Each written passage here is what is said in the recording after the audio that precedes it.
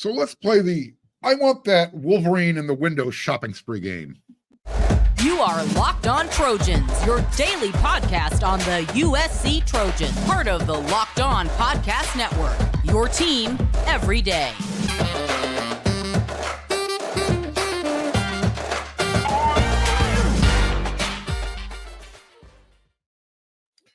Fight on, everyone. I'm your host, Mark Holkin, and thank you for making Locked On USC, part of the Locked On Network, your first listen every day. Whether you're watching the show on YouTube or wherever you want to download your podcast, always remember this show is free, and never forget how much I appreciate your support. You can show your appreciation if you're watching on YouTube.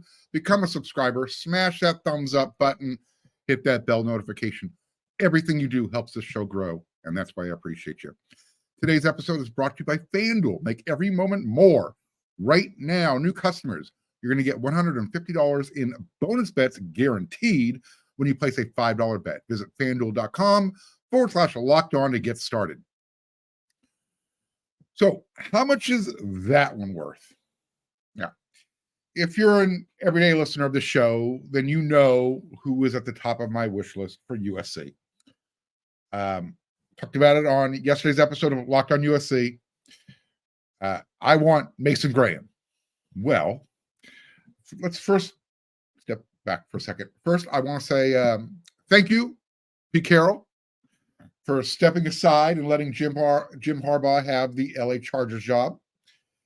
So now that Jim is going back to the NFL, Pete, you can start tampering on behalf of USC that Mason Graham should transfer and become a Trojan just so he can finish off his college career. He's done 2 years in Michigan. He can finish off in LA now. I'm kidding.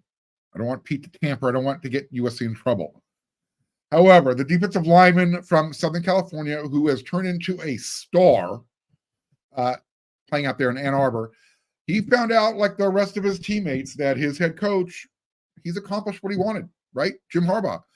He can now go back to the NFL, and he can chase that NFL Super Bowl ring that Pete Carroll already has. So Jim got the national championship ring in college. He is a star forever in Ann Arbor, Michigan. Now he can go get that Super Bowl ring that he wants. As I mentioned on yesterday's episode, once Jim Harbaugh left Michigan, a 30-day supplemental transfer portal window, was going to open up. Well, it has.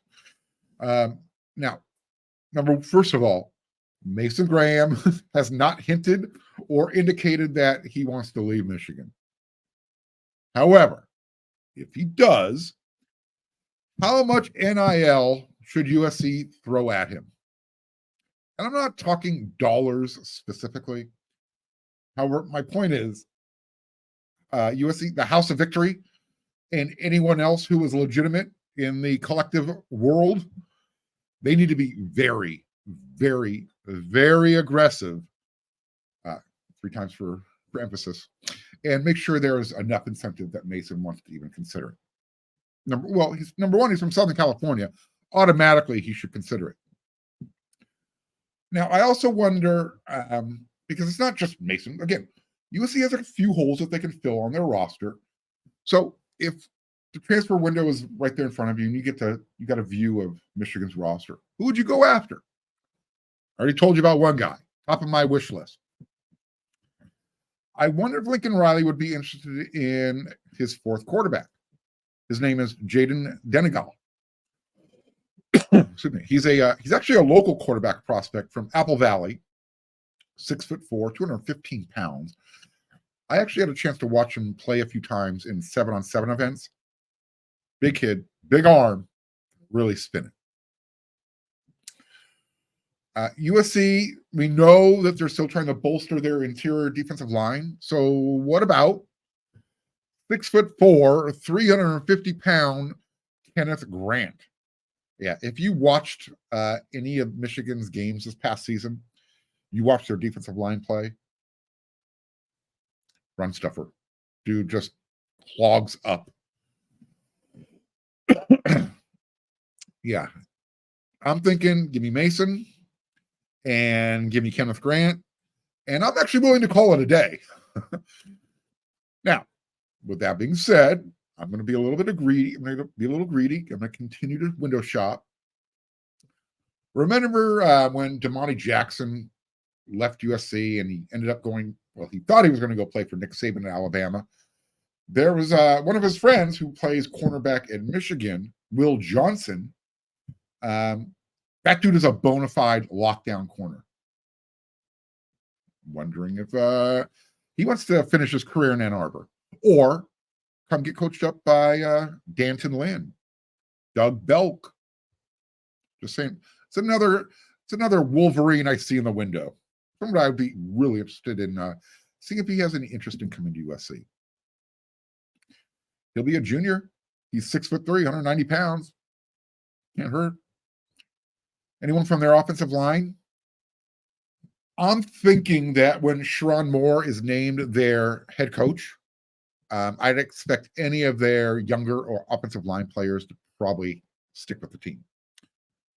Sherrone Moore is expected to be named their next football coach within the next 7 to 10 days. And that's according to Chris Abalis of the Wolverine. We'll see what happens over the next week or so. I guess there's a state rule, or I won't say a law, but some sort of mandate that something has to be in place. Michigan has to have their head coach replaced within 7 to 10 days once the job becomes open. So I think everyone's assuming Sherrone Moore is just going to step right in. I mean, he had the interim role for half of their games this past season to begin with, so why not?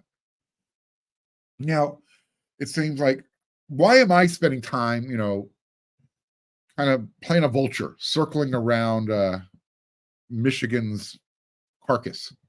And they're not dead, but this is just a new college football paradigm, something we have to kind of just get used to. The NCAA created its own version of free agency. So now, I get to pick the carcasses of programs that lose a head coach. It's common practice. Just like processing players out of your program is common practice. Remember when that was frowned upon, and now you're like, hey, if that guy's not playing, the coach needs to get rid of him. They need to make space so they can get somebody out of the transfer portal. That's how far college football has come just in the last 5 years. 10 years ago, saying somebody is being processed, unheard of. Never wanted to hear that. So again, 30-day window is open. And I kind of joked about Pete Carroll tampering. It's almost impossible to prevent tampering from happening, if you think about it. Because once a player knows there's mutual interest, they're going to jump into the portal. And how do they find out there's mutual interest? Well, a friend of theirs on another team might say, hey, what do you say? What would you think about? There's ways to bend the rules without bending the rules. Now, when Lincoln Riley leaves USC in the future, and it's going to happen sometime, the same thing's going to happen to USC. Other teams are going to come circling, looking at the roster, thinking, all right, who could we use? However, until that happens, I want to end this first segment with this infomercial. And it's not for me. I'm just going to repeat it. Every aspiring player out there who wants to get better, if USC comes calling, you better listen up, because the NFL testimonials are starting to roll in for USC, for Eric Henderson specifically. DeMarco Farr played for the Rams, long career in the NFL, really good player. Oh, by the way, he went to the University of Washington, not UCLA. I apologize. I was watching something on social media. He's wearing the blue and yellow, and my head got all screwed up. Anyways, he went to Washington. Nevertheless, he went full Eric Henderson infomercial. I mean, oh my God, it was great listening to this. It's about 1 minute and 10 seconds, roughly. This is what he said. Again, remember, DeMarco had a really great NFL career, very well respected. He said this: USC, you got yourself a winner in dog work, Eric Henderson. He is absolutely tremendous. So if any player or any parent, you have a kid on any side of the football, and you want that kid to get better and develop, you go to USC right now. Absolutely. You sign with Eric Henderson, not just outside of Aaron Donald. And then DeMarco, he went on to, list Coach Henney's, NFL bona fides and the players that he's helped develop so far. And it's a pretty good list. So he continued, quote, Eric Henderson will coach through whatever circumstance to get the best out of you. So like I said, happy for USC. I've never said that in my entire life, but they, USC, are going to be good because of him, end quote. Let that sink in for a minute. Because I'm going to say that again sometime, maybe not this week. That thing is going to be a loop on this show often. Because I kind of now wish he did go to UCLA and not his brother who did. Just because those words would have sounded even tastier. I mean, talk about a testimonial. Again, that was a hell of an endorsement. So, are you listening, Mason Graham? Are you listening, Kenneth Grant? Just saying.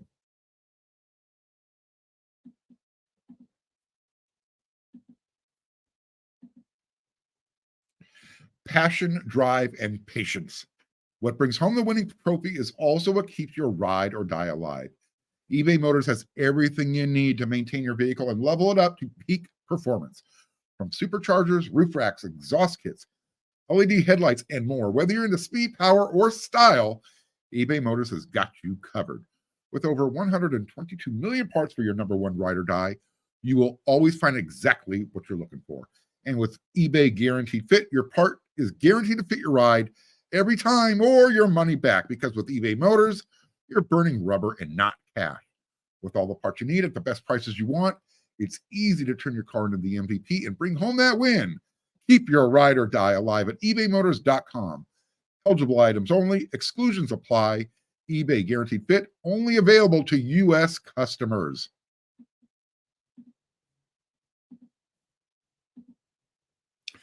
Locked On has launched the first ever national sports 24/7 streaming channel on YouTube. Locked On Sports Today is here for you 24/7, covering the top sports stories of the day with the local experts of Locked On, plus our national shows covering every league. Go to Locked On Sports Today on YouTube and subscribe to the first ever national 24/7 streaming channel. All right. I think I've reached the acceptance stage in the 5 stages of grief. The ACC conference, they released their schedule for 2024. And I saw who Cal and who Stanford, who they're going to be playing and where.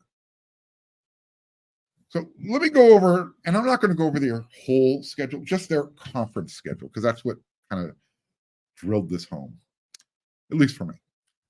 Cal, their ACC schedule at Florida State. They host Miami. They're at Pittsburgh. Host North Carolina State. They're at Wake Forest. They host Syracuse, Stanford, of course, and they're at SMU. Those last 2 games are protected annually. So Cal is going to play Stanford and Southern Methodist University every year. Pardon me.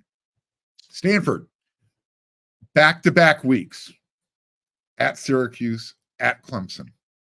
Then they host Virginia Tech. Then they're at Notre Dame, SMU, Wake Forest, at North Carolina State, host Louisville, at Cal. Not really a road game, but at Cal. Now, the ACC is going to have 8 conference games. So it looks like Notre Dame remains out of conference for Stanford. And again, Cal, SMU are their protected games. Just seeing who and where USC's 2 oldest rivals have to play going forward, that really drove USC's move to the big conference home. I mean, USC isn't playing every game on the East Coast like Cal and Stanford, but that it's like, wow, college football, it's really changed. Don't get me wrong. I don't feel bad for them per se, but it's just weird. Not having Cal or Stanford every year is the one thing I think I'm going to miss on USC schedule, and probably I'm going to miss about the Pac-12. I mean, I used to love going to the Bay Area every year for the weekender, every year. But San Francisco, it's changed a lot over the years, and not for the better. So the whole, pep rally downtown, and then doing the whole bar hopping scene, it's lost its appeal. But I still look forward to going to Cal every other year, jumping in line, getting my top dog, and then taking that stroll, that walk up and down Fraternity Row on the way to their stadium. it's an experience. You have to do it at least one time in your life. So any ACC fans who have never been to Berkeley, go check out Piedmont.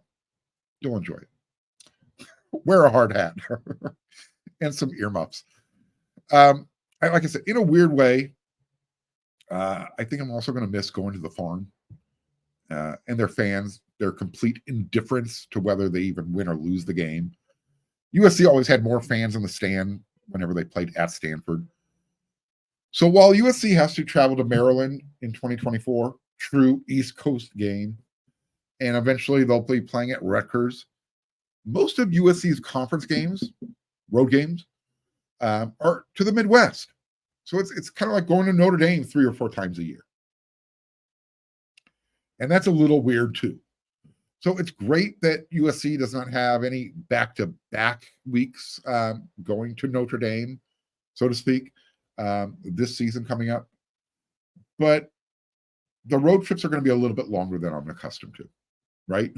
Instead of, flying up to the Bay Area in an hour and a half, or down to Arizona, same time frame, or taking a 2-hour flight to Colorado or Utah. Now it's 3.5, 4-hour flights. So I guess we'll see how everything kind of shakes out in 2024. It's going to be the new era, that's for sure, right? Instead of opening the conference schedule against Stanford, which has been kind of the normal in recent times for USC, USC is going to open their conference slate against Michigan and their new head coach. They do that in Ann Arbor this season. So does that mean that after USC plays, I'm kind of jumping ahead one year, after they play Ole Miss and Clay Helton's Georgia Southern team on back-to-back weeks in 2025 at the Coliseum in weeks 1 and 2, does that mean the Wolverines open conference play at the Coliseum a week later, or will there be a bye week slipped in there? Here's another or when the big conference make USC open their conference schedule on the road 2 years in a row. Oh, by the way, Michigan State, Sparty, they come to the Coliseum in 2025 as well. So you have both Michigan schools scheduled to come to LA in 2025. So here's the other thing. Big conference games are usually played during the day. Most of their kickoffs are while the sun's still out. Will that mean there's going to be more early kickoffs on the West Coast? When I was a kid growing up, I was always fascinated by the fact that those late night shows, like, some of you might be old enough to remember Johnny Carson, and then David Letterman. And if you're on Saturday, we're talking about Saturday Night Live. Those shows always started an hour earlier than the West or East Coast 11:30 p.m. start times. I chalk them up to Midwest values. Go to bed earlier, wake up earlier. I don't know. I don't watch any of those shows anymore. Number one, because Saturday Night Live isn't funny anymore, and Johnny Carson isn't with us anymore, and Dave Letterman his show isn't on anymore. But it's still that way as far as programming is concerned. So maybe that's a good thing. I can't see too many big conference after dark kickoffs. In other words, USC versus Penn State at 7:30 p.m. at the Coliseum probably isn't going to happen. I don't know. Maybe the game against the Fighting Heltons gets a late night kickoff. And by the way, I keep going back to that. That's going to be such a surreal day when that happens. I know I'm asking for the impossible, Trojan family, but please don't boo. It's not necessary. Clay Helton did not hire himself. He did not extend his contract. He did the best he could under the conditions, and he did not do well. Okay. But he is the last coach to win a Pac-12 conference championship game for USC and a Rose Bowl. So let's give him that. Let's give him that. Let's give him a little golf clap when he leads his team out of the tunnel. Don't go being a jerk. But again, to kind of just close this segment, I saw Cal and Stanford's ACC schedule, and I'm like, wow, they literally are going from coast to coast. And Stanford really got screwed up to open their season. They're going back-to-back weeks, coast to coast. That kind of really drove it home that, yep, Pac-12's dead. USC is playing in the big conference. They're playing their road games in the Midwest, an occasional East Coast game at Penn State, Rutgers, Maryland. And then there are other games at the Coliseum. It's going to be weird. But this is the new era of college football. Get used to it.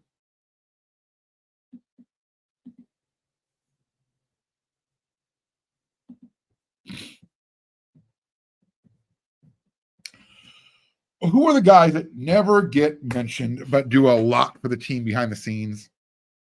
They're the walk-ons. They're the scout team players. Guys who, you have guys who have a scholarship but rarely play except on the scout team. Those guys don't get mentioned enough. Specifically, the walk-ons. The guys who play on the scout team. These are the dudes that do more to get the team ready than anything else. They have to learn 2 playbooks during the season. Their own, the other teams. Remember, they're running the other team's plays to get the offensive defensive sides of the ball ready for that upcoming week's game. When it was allowed, a lot of the guys who redshirt, they'll play on the scout team. You had guys like Rayleigh Brown last year. And usually all of the freshman class on offensive line. One of the things I love about doing this show is that I never know who's listening. But I want to thank all of my everydayers, as well as everyone who tunes in. So become an everyday listener. I'm kind of like a fungus. I grow on you. You enjoy the show. Even the folks who watch the show and criticize it heavily, they're here every day. So thank you. Anyways, back to this. I found out the other day that the father of one of USC's players listens to the show, father of a walk-on. And he helped me out with some information. So it gave me the idea for this segment. I wanted to kind of give a little shout out, a salute to the walk-ons who help prepare the team, because they are just as valuable as a Caleb Williams, just differently. CJ Woods is a walk-on tight end at USC. He wears number 88. He's listed in the media guide, 6'2", 240 pounds. He transferred to USC in the fall of 2023 from Cal Poly. He had played at, Pasadena City College before that. I've seen him walking around in his uniform, going to practice. He looks like a dude, a guy who could contribute. To me, he looks bigger than 6'2", but I'm just reading what I'm reading. So I can tell you this. I know he has the attention of the coaching staff at USC. Lincoln Riley, his position coach, Zach Hansen, offensive line coach, the entire coaching staff. I know this because CJ earned the Scout Player of the Week honor last year at USC.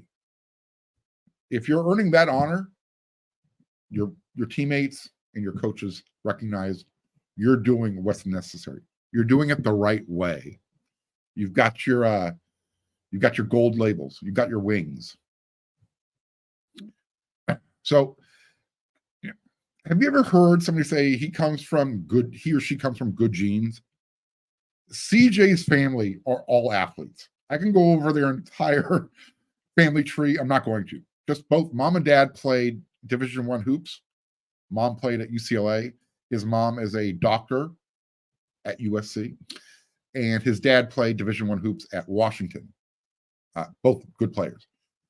CJ himself, he was a hoops player too in high school. And then he tried football his senior year. He played at Brentwood. He played defensive end and tight end.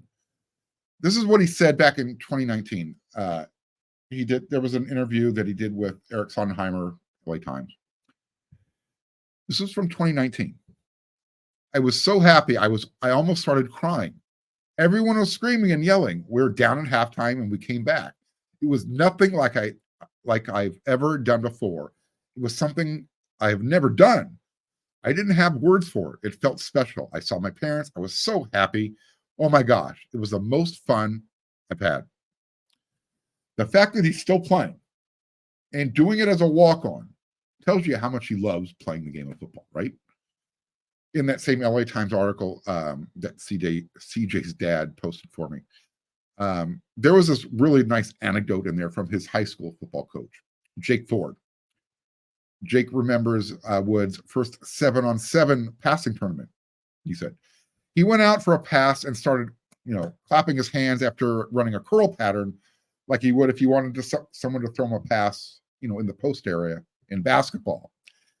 He needed to be taught from scratch all the fundamentals of football: how to tackle, how to run a post pattern, how to put on a helmet, how to buckle the chin strap, how to wear pads. He started from the bottom, and boy, is he getting better. And that's what's going on now at USC. He's earned the honor of Scout Team Player of the Week. Remember, Scout Team players, walk-ons, scholarship players, they all are required to do the same thing. And that's, team meals, workouts, meetings, everything. You have to be on time for this stuff. They just don't get the same notoriety. So he's getting better, and he's helping USC's team get better in the process by doing all the stuff he's asked. And he's doing that knowing that the chances of him playing in the game are pretty slim. And then most of the time, you're not even, you're not playing. You don't even get to make these road trips either, because, there's limits how many players each team is allowed to take on the road. So, pardon me. I have a feeling that he keeps doing this for the same reasons he said he was playing football in high school back in 2019. Every game, every practice, every team meeting he enjoys. It's so much fun. The camaraderie, it's real. The brotherhood is real. A lot of my teammates have been so supportive. It's something that really feels fulfilling. So there you go. I mean, that was the last thing he said in that article back in 2019 as a high school senior. That's the life of a walk-on. They do it because they love the game and they love their teammates. Hopefully the Scout Player of the Week, CJ Woods, he can get in the game for a few snaps this season, right? Hopefully. I hope so.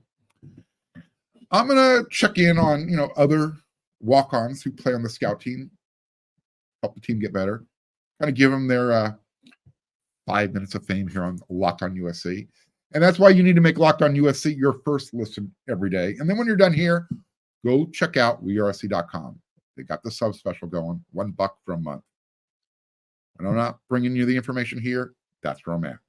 So until I see you back here tomorrow, everyone, you know what to do.